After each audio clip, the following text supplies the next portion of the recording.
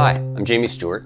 A lot of people are interested in how I was able to shoot a motion selfie entirely as a crew of one while also starring in it. So I figured I'll give you a quick breakdown on the movie Cinematography. This is a movie that could only exist due to digital technology. It's not even an issue of liking film, which I don't. You simply could not make this movie on film, period. The budget, to the photography, to the post-production, completely excluded celluloid from the project. The Motion Selfie features roughly 3,600 shots in 90 minutes. That's 1,000 shots more than Transformers, while also being an hour shorter. So now I'm going to cover three basic areas: gear, shooting process, and post-production. First up, gear.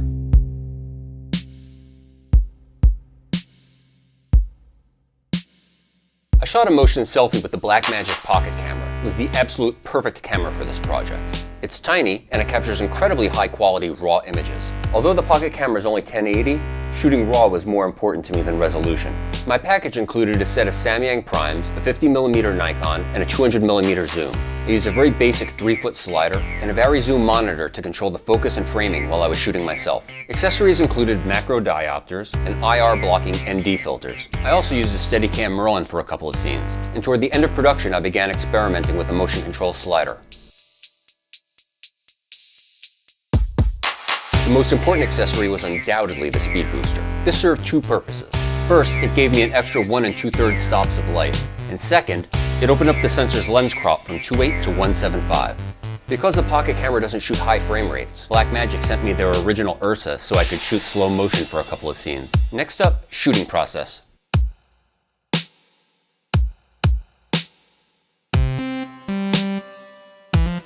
Although a purely visual movie like this might scream for pre-planning, every shot was figured out on set as we did it. The movie was literally written with the camera and edited in my head. I was able to do this because, when I was younger, I meticulously storyboarded everything. When I began shooting digital DIY 15 years ago, I already had an acute sense of film language. So I felt comfortable improvising, and I did that over and over and over and over. The movie was shot predominantly with natural light. However, I did have a small LED to occasionally add fill light.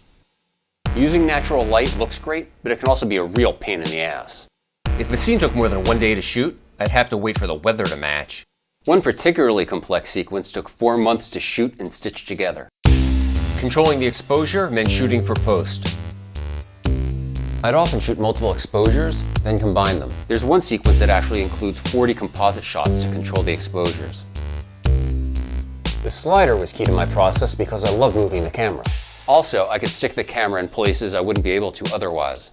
As for shooting myself, I had plenty of practice over the years. There were tons of reshoots to get it right. And to save time, I'd sometimes shoot the other actors first, then shoot myself later. That said, it was fucking exhausting. And finally, post-production.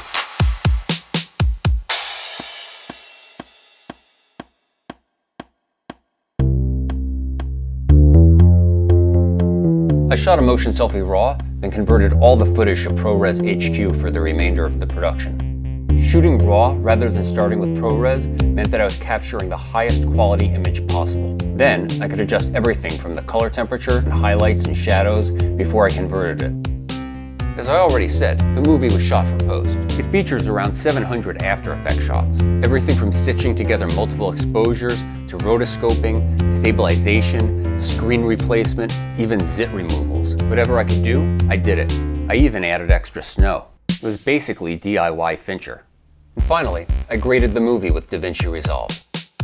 I didn't have a control panel, so I did it entirely with my mouse. Grading 3,600 shots was so intense that I actually came down with vertigo, and a doctor prescribed head maneuvers to cure it.